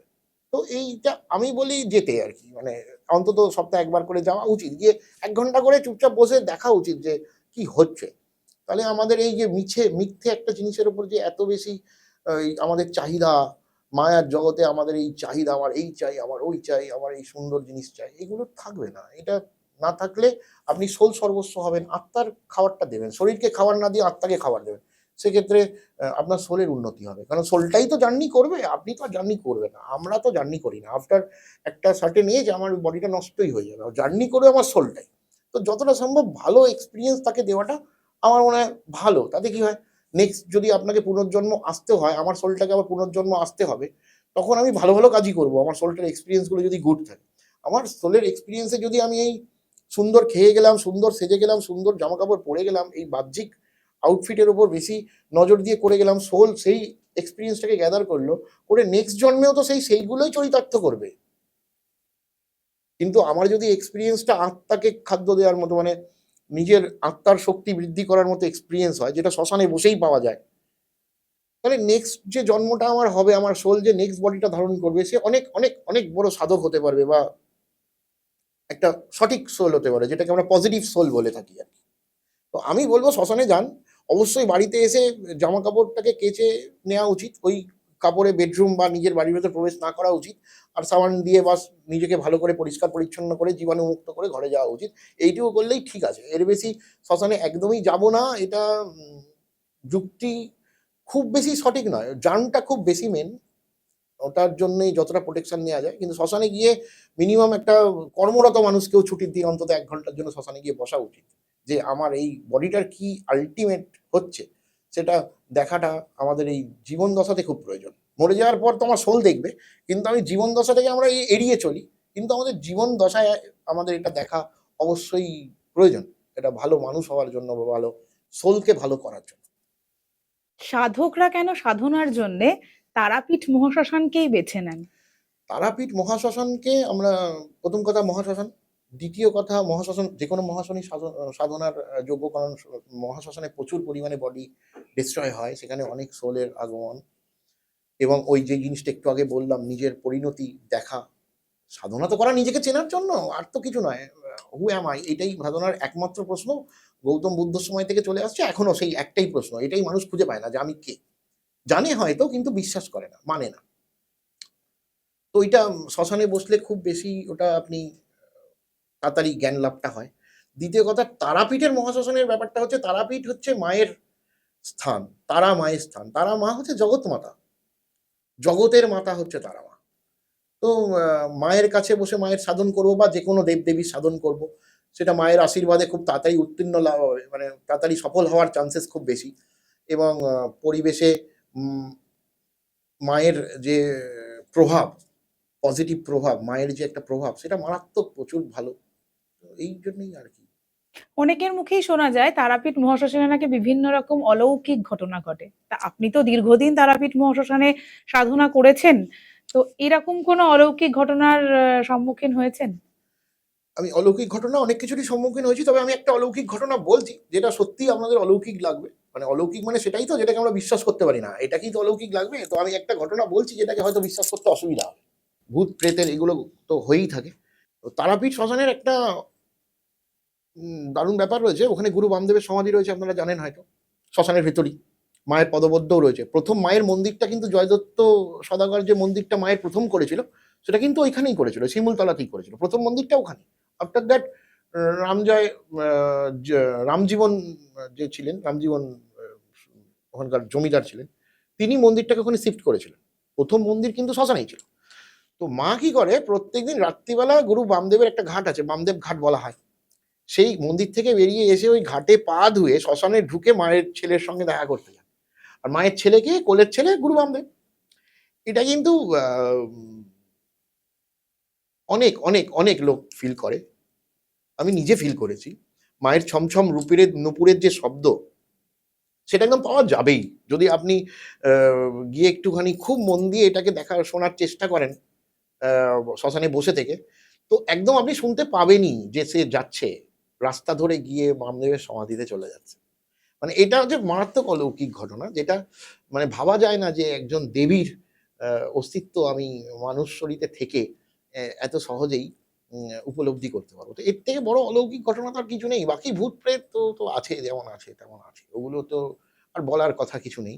কিন্তু মেন যেটা, ভূত তো সবাই দেখে নিয়েছে মনে হয়, কিন্তু এই দেবীর অস্তিত্ব উপলব্ধি করা, এটা কিন্তু আমরা এই জগতে থেকে করতে পারি, এটা কিন্তু সত্যি একটা মিরাক্কেল। তো আমি মনে করি যারাই তারাপীঠ যাচ্ছেন বা যাবেন, এই কথাটাকে মনে রেখে একটু চেষ্টা করবেন, তাহলে আপনারা হয়তো উপলব্ধি করতে পারবেন না। এই জীবনে অনেকটা কিছু সার্থক হয়ে গেল তাহলে আর কি। আর করা যায়, এরকম নয় যে করা যায় না। মানে এরকম নয় যে এর জন্য প্রচুর সাধনা করতে হয়। কিচ্ছু দরকার নেই। খালি মন দিয়ে মাকে ডেকে একটু রাত্রিবেলাটা শ্মশানে যদি একটু সময় কাটানো যায়, একদম বোঝা যায় যে মা গুরু বামদেবের ঘাট থেকে উঠে এসে, পা ধুয়ে উঠে এসে শ্মশানে ঢুকে শ্মশান দিয়ে যাচ্ছে। একদম এটা ফিল করা যায়, দেখা যায় না। কিন্তু ঝুমুরের শব্দ যেগুলো মানে অলংকারের শব্দ ছমছম করে একদম একদম মানে এটা মারাত্মক ব্যাপার আর কি। আচ্ছা, এইমাত্র আপনি বললেন যে সবাই আজকাল ভূত দেখে ফেলছে। হুম। এটা লোকমুখে শোনা যায় কিন্তু, আমি ভূত দেখেছি, ও ভূত দেখেছে। এই ভূতকে কি সত্যি দেখা যায়? দেখুন, ভূত বলে তো আমি ওটা বলছি না, এই একটু আগেই এত ভালো আলোচনা হলো যে আত্মা। ভূত আর আত্মার মধ্যে তো বিশেষ কিছু পার্থক্য আছে। ভূত মানুষই ভূত, অ্যাকচুয়ালি ভূত নয়, ওটা সোল, আত্মা। আত্মার যে আকৃতি আছে না, ওটাকে দেখা সম্ভব নয় আর কি। মানে দেখতে গেলে ক্যামেরা লাগবে, উইদাউট ক্যামেরা দেখা যাবে না। মানে ওটা ছায়ার মতো, একটা ছায়া আপনি কি করে দেখবেন? ক্যামেরা দিয়ে দেখা সম্ভব। যিনি ভূত তিনিই আত্মা। হ্যাঁ, ওটাকেই তো ভূত বলছি আমরা, যে আত্মাটা বেরিয়ে যাচ্ছে, নেগেটিভ এনার্জি গ্যাদার করে আত্মাটা বেরিয়ে গেল, যে সে মানুষের ক্ষতি করতে চাইছে, আমরা ওটাকে ভূত বলছি। আবার যে পজিটিভ একটা সাধুর আত্মাকে কিন্তু আমরা ভূত বলছি না, আমরা ভূত বলছি কি একটা আসামির আত্মাকে বা একটা বাজে আত্মাকে ভূত বলছি। তো আহ, কি করে দেখবেন? আত্মার আকৃতি তো বলা হচ্ছে বীজের মতো, আত্মাকে জ্যোতি স্বরূপ বলা হচ্ছে, আত্মার আকৃতিকে কোথাও গিয়ে কুয়াশার মতো বলা হচ্ছে, তাই না? তো সেই ক্ষেত্রে দাঁড়িয়ে আত্মা আপনার বডির শেপটা পাচ্ছে তো আপনার বডির ভেতরে গিয়ে, তার উপাদানগুলোকে সে যখন প্রসারিত করছে, তখন সে একটা মানুষের শেপ নিচ্ছে। তার আগে তো সে বীজ। মৃত্যুর আগে বললাম না, সমস্ত জায়গাটাকে টেনে নিয়ে একত্রিত করে ফেলছে সে। মানে আমার যে হাতে আমার কর্মেন্দ্রিয় আছে, মাথায় আমার জ্ঞানেন্দ্রিয় আছে, এই টোটাল ইন্দ্রিয়টাকে মৃত্যুর আগে তো আমি, আত্মা কি করছে, একত্রিত করে আবার বীজ স্বরূপ হয়ে যাচ্ছে, সে বেরিয়ে যাচ্ছে। কথাটা বোঝাতে পারছি? তো তার আকৃতি, হ্যাঁ দেখা যায়, লোকে বলে, আমি শুনেছি অনেক, কিন্তু আমি উপলব্ধি করেছি। এরকম নয় যে আমি দেখেছি, আমি উপলব্ধি অনেক করেছি। আগের এপিসোডে হয়তো বলেছি, আমি অনেক এরকম অশরীরী উপলব্ধি করেছি, যারা আমার সাধন ক্ষেত্রে আমাকে ডিস্টার্ব করেছে। হুম। তো এইরকমই আমার মনে হয়। আমি নিজে এখনো ভূত দেখিনি, তাই জন্য এর সত্যতা আমার কাছে নেই। আমি যারা দেখেছেন তাদেরকে মিথ্যে বলছি না, কিন্তু আমি দেখিনি।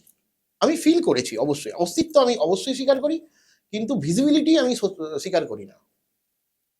এই শ্মশানের সঙ্গে আত্মা আর আধ্যাত্মিকতার যোগ কোথায়?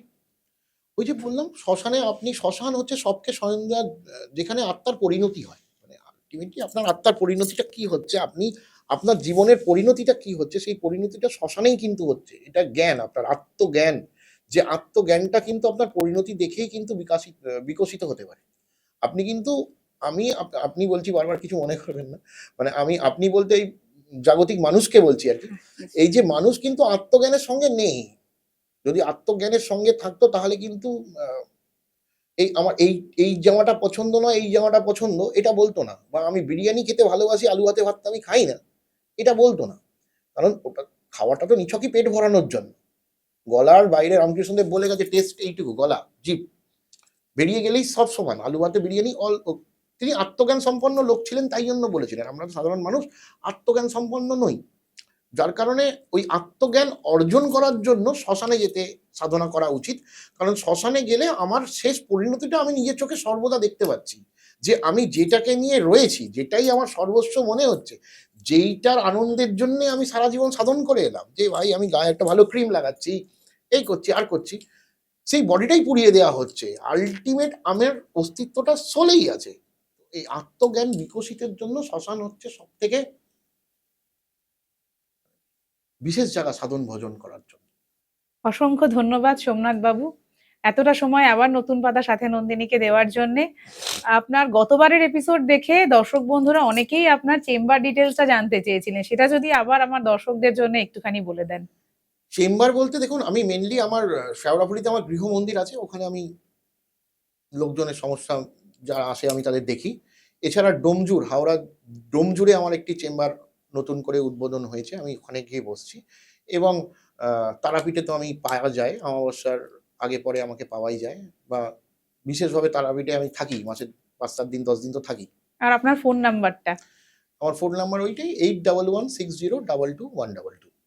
অসংখ্য ধন্যবাদ। সম্পূর্ণ এপিসোডটাই সাথে থাকবার জন্য আপনাদেরকে অসংখ্য ধন্যবাদ। দেখা হচ্ছে আবারও একটি নতুন এপিসোডে নতুন কোনো গল্প নিয়ে। সাথে থাকুন, সাবস্ক্রাইব করুন আমাদের চ্যানেল নতুন পাতা সাথে নন্দিনী, যেখানে প্রতিটি গল্প একটি নতুন পাতার শুরু।